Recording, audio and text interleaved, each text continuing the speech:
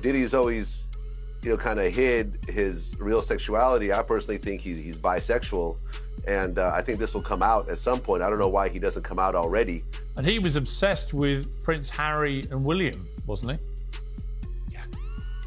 Yeah, absolutely. He used to ask me all the time, I'm British, I live here in America, but he would ask me all the time. I think because I'm British, he thought that I knew them, and I did not. However, I read the newspapers like everybody else, and each day he would text me or call me, wanting to know what was going on with the princes. He asked me on more than maybe 10 occasions on Park Avenue. When you turned up at his house, you'd go upstairs in the elevator, although you would go through security, which I thought was a little weird, like at an airport. He had metal detectors when you walked into his home. You'd go up to where he lives, and he would have photographs of him and lots of celebrities. He loved celebrities. Vlad, this issue of 50 Cent and his, as he said, he spoke to People magazine, defending his criticism of Diddy, saying, look, it seems like I'm doing some really outrageous things, but I haven't. It's really me just saying what I've been saying for 10 years, which is kind of true. I mean, I don't think 50 ever really liked Diddy. Tony Yayo is a regular on my show, and that's Diddy's right-hand man. And he's always said that whenever they would have meetings with Diddy, he'd be like, listen, I don't like him, but I'll hear what he has to say. And I remember on Drink Champs, he had this one instance where he talked about where he was, I guess, talking to Diddy, and Diddy offered to take him shopping. And he was like, what, like I'm a girl? Like I'm a hot girl that you take shopping? Like, that's ridiculous. So, I think that Diddy always, rubbed 50 Cent the wrong way, and 50 always had a disdain of him. And now that this is happening, Diddy's just joining 50 is actually joining to the circus. And he's coming out with his own documentary. It's going to be on Netflix. I'm sure that's going to be epic. Jason, you know this world very well. There's a lot of conflation. There's a lot of conflation happening, though, because what 50 has been critical about is that, what he said is that Diddy was gay.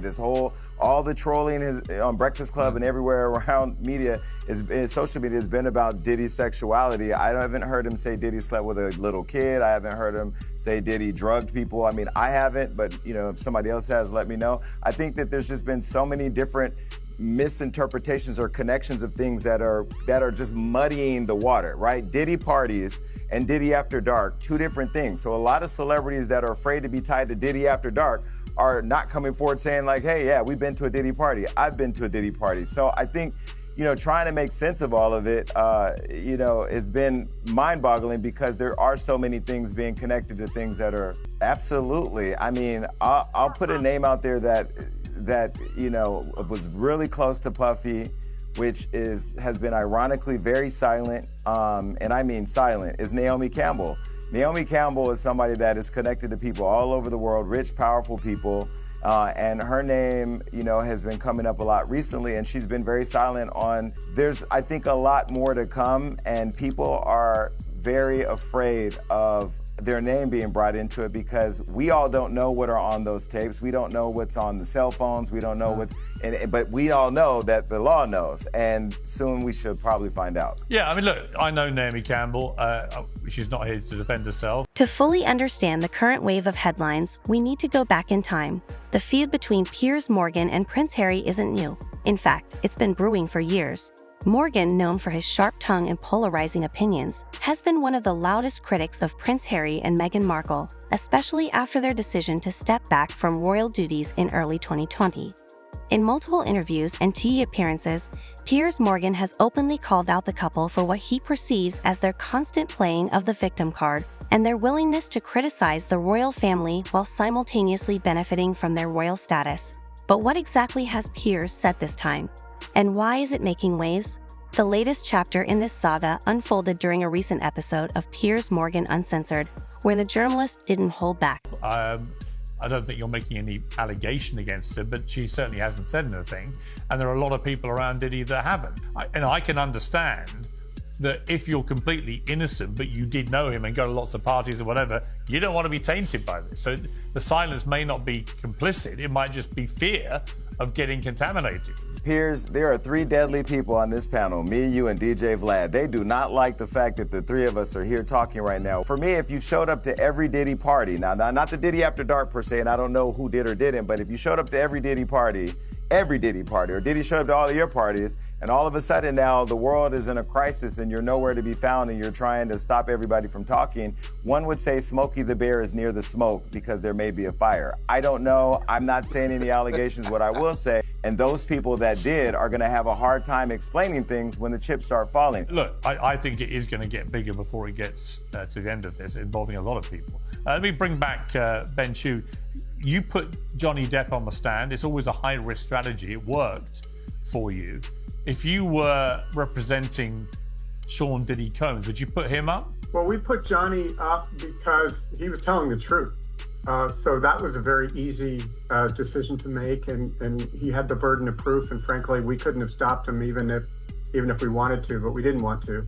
And telling the truth as he did over several days, if you're not telling the truth, skilled attorneys on the other side are going to puncture that. So I believe in that system. I think in this case, I don't think he's got any choice. Given that video, he's got to explain it. He's got to say that he's terribly sorry for it, but that was an aberration. That's not who he is.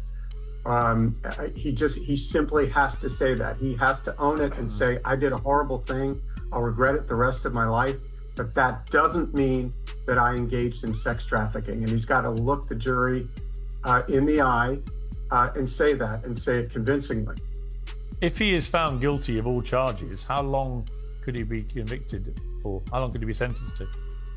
I'm afraid that he may never see the light of day. I mean, these are extraordinarily serious felonies that he's been charged with. So if he's found guilty on... The latest data shows that Diddy's numbers on music streaming services are actually increasing throughout this whole period, as are his numbers on social media apps like TikTok, Facebook, and so on. You know, it's a kind of ambulance chasing element to this, where people go where the drama is. But what about the morality of this? I mean, we discuss this with all of these cases, really, don't we, about where art meets alleged crime or scandal.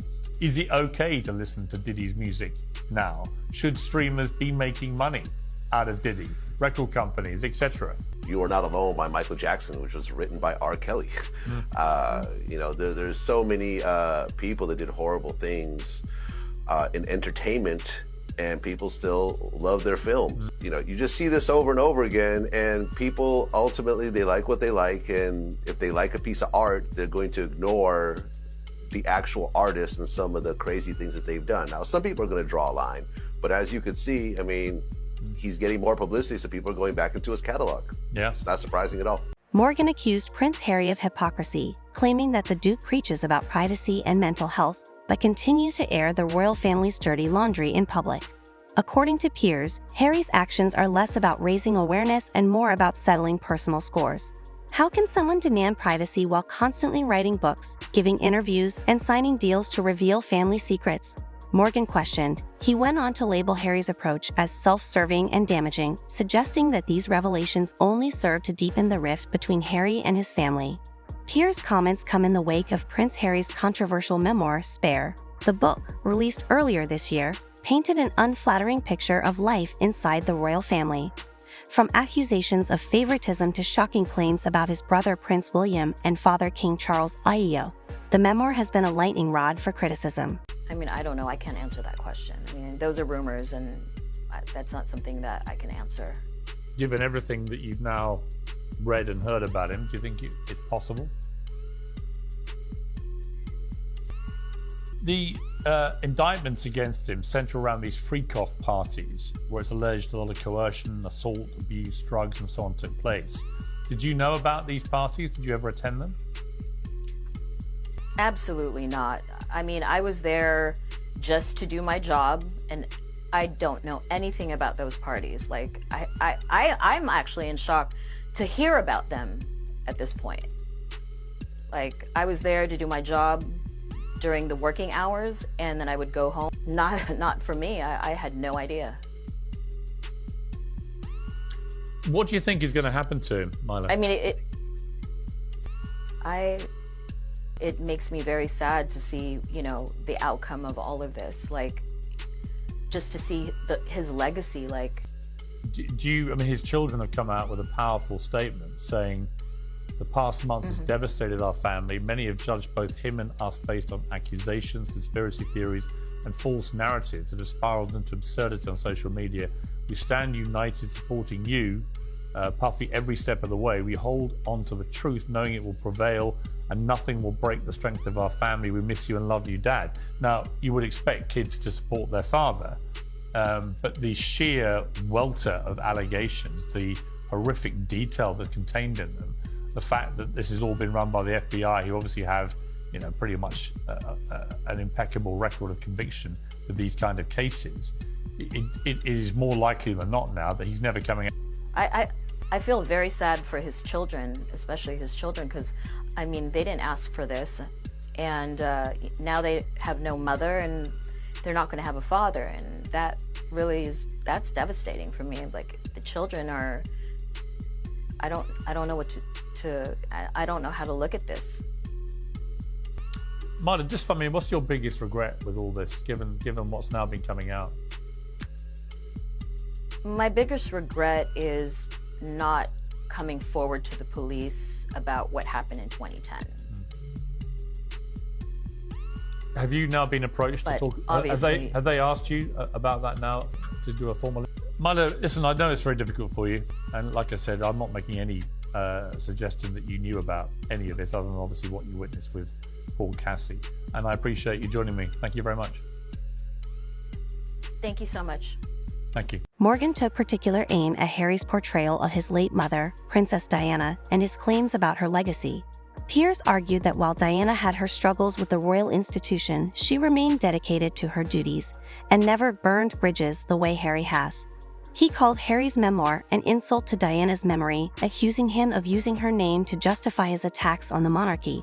No discussion about Prince Harry is complete without mentioning Meghan Markle, and Piers Morgan made sure to address her role in the unfolding drama.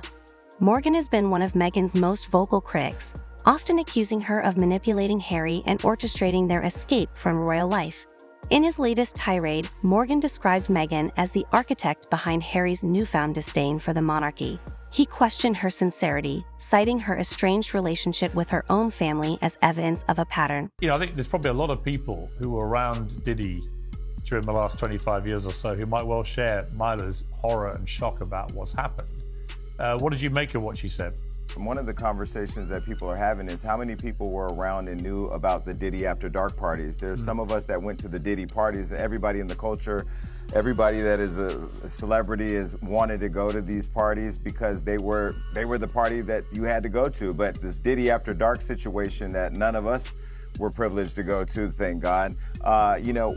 I want to know who are all the people that were there and why are they not being indicted? Why is everything being kept so confidential? Why can't we see more information so we can have a bigger picture? That is the frustrating part because a lot of us that know these people are still among them and we would like them to be held accountable as well. I feel for his children. Ben Chu, you represented Johnny Depp. He obviously went through a whole very highly publicized court case and ended up being acquitted with Amber Heard there weren't the serious allegations, but they were certainly quite serious in their own right.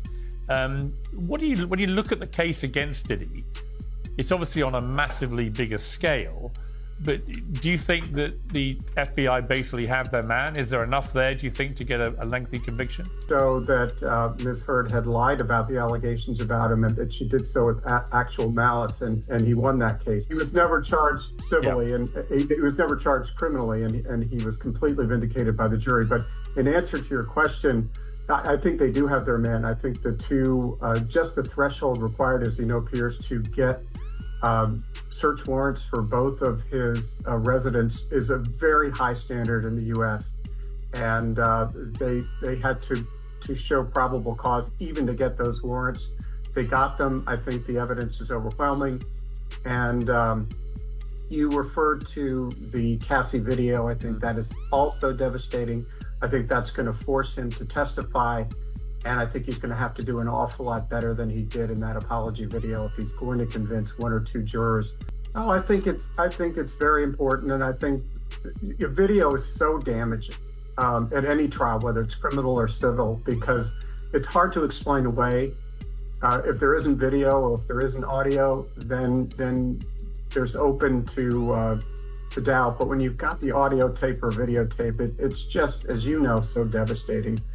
But I think the corroborating witnesses will be helpful too. But they're just going to confirm what we've seen with our own eyes. You've been involved in these kind of things.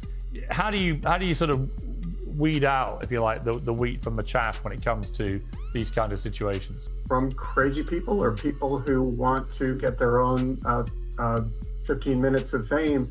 But there are, we got some very good leads, anonymous leads that panned out. When someone cuts ties with nearly everyone in their life, maybe the problem isn't the people they're cutting off, Morgan quipped, further fueling the narrative that Meghan has isolated Harry from his royal roots. As expected, Morgan's comments have sparked a fierce debate online. Supporters of Prince Harry and Meghan have accused Piers of bullying and using their names to stay relevant. They argue that Harry's openness about his struggles with mental health and his experience within the royal system is courageous and necessary for societal change. On the flip side, Morgan's fans see him as a champion of traditional values, someone unafraid to call out hypocrisy and hold public figures accountable. They echo his concerns about the long-term damage Harry's revelations may have on the monarchy, an institution deeply rooted in British identity. This ongoing feud between Morgan and Prince Harry raises a larger question. Is the royal family in crisis? Many royal experts believe that Harry and Meghan's actions had exacerbated existing tensions within the family, leading to what some describe as an unprecedented level of public scrutiny. You've said that Combs needs to own his lifestyle when it comes to his defense. Explain what you mean by that. Well, I think for sure he's got to explain that video. I mean, he absolutely has to explain it. If it's not, if he chooses not to testify, that will be damning. He's going to have to really take responsibility, not just mouth the words. When he said that he was sorry, it didn't ring true. I think I'd like to see more emotion there. I think another complicating factor is the fact that he's already done the apology video. So you can imagine the prosecutor cross-examining him not only with respect to the original video, but also with respect to the first apology. So if he does a better job the second time, people are going to say, well, why are you acting differently? I just think it's a really, really difficult situation he's in. And I think he's got to go for juror nullification. I think he's got to hope for one or two jurors there who will be willing to disregard the judge's instructions and willing to disregard the evidence and go for, some kind of conspiracy theory or something like that. But I think that's his best hope. Let me turn to Rob Shooter. You were part of Diddy's publicity team. How long did you work for him? He was driven, he was rude, he was vulgar, he was charming, he was everything that you think a celebrity might be. I was pretty early on in my PR career, and he was probably my first big star in many ways. And he was also charming, and I hate to use that word because I'm going to look so naive here, but thinking back in that period, he was charming, he had a big smile, and I think this is why he probably got away with it for so long. I was genuinely shocked when all this stuff blew up because I'd never seen another side to him. But a lot of people, and I'll bring in DJ Vlad here, I don't think this is such a shock to a lot of people in the hip-hop world, is it? Thrown out or settled at pennies on the dollar. I mean, Vlad, just to explore that, I mean, what seems extraordinary to people now when we see the sheer scale of these indictments and the sheer volume of people who have been caught up in this is why on earth this wasn't blown up years ago. Why do you think that was? King Charles II, who ascended the throne after Queen Elizabeth I's passing, faces the daunting task of modernizing the monarchy while maintaining its traditional allure. Harry's candid revelations, combined with other controversies, like Prince Andrew's legal troubles, have made this balancing act even more challenging. Morgan's criticisms align with a segment of the British public that feels the monarchy is being unfairly targeted.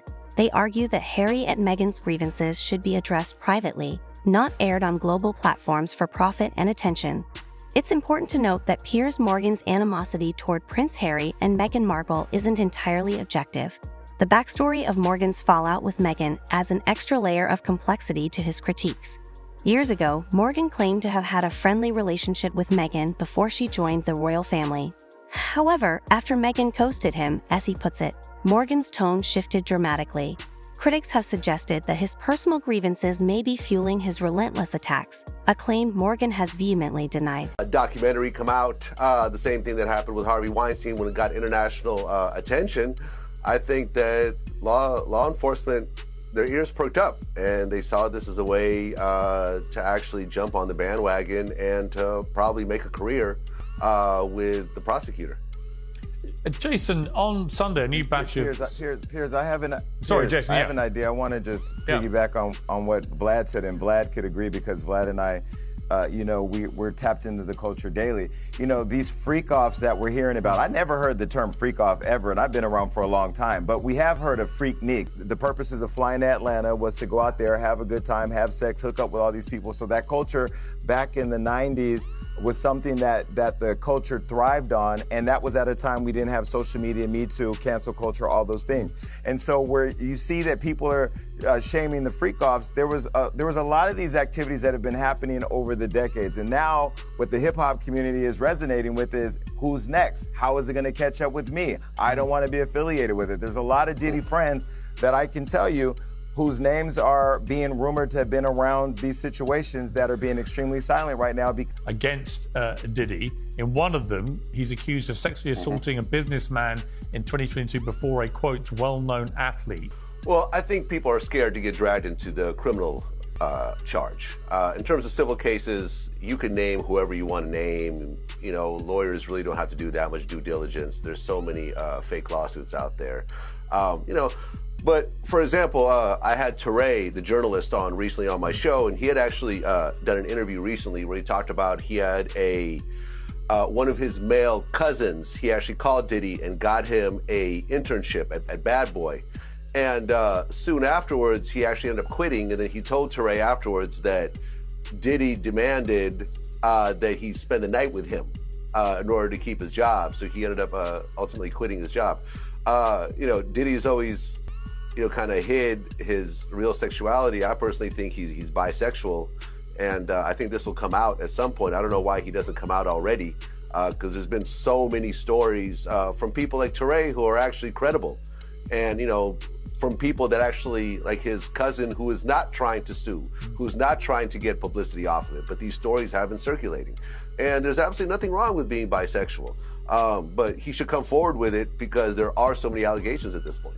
Yeah, I mean, Ben Chu, this issue of other unnamed stars at the moment who may or may not get pulled in. I think it is likely, and I would respectfully disagree with DJ on that one, because I think even if there's no criminal liability for these people who are onlookers, they can really lose a lot in the court of public opinion, who are checking their Rolodexes and making sure they weren't at particular parties, because I think it can ruin careers. And Rob Shooter, one of these, I just named one of these incidences in one of the new batch of lawsuits was from 2000. That's around the time you began to work for Diddy. Did you, in the time you worked for him, have to deal with allegations that came directly to you for a response of any kind in that period? This is also so shocking. When I was with Diddy, he was really rising to the peak of his success, and the opposite happened to me. I had publicists for A-list stars calling to get their celebrities into his parties. I was offered $10,000. Anna Wintour at Vogue, Estee Lauder, all wanted a piece of Puffy. So when I was with him, it felt as if he was the king of the world. And I didn't hear any of these rumors. I heard a few rumors that he was gay. I know he had a gay uncle that he would talk about a lot as an inspiration for his fashion collection. But I did not hear the sinister rumors, a little titillation about him maybe being bisexual, but nothing really sinister. In fact, I thought Puffy was a phony. I thought he pretended to be like a gangster, pretended to be tough, where in reality, he was the first to go to bed after these parties he would throw.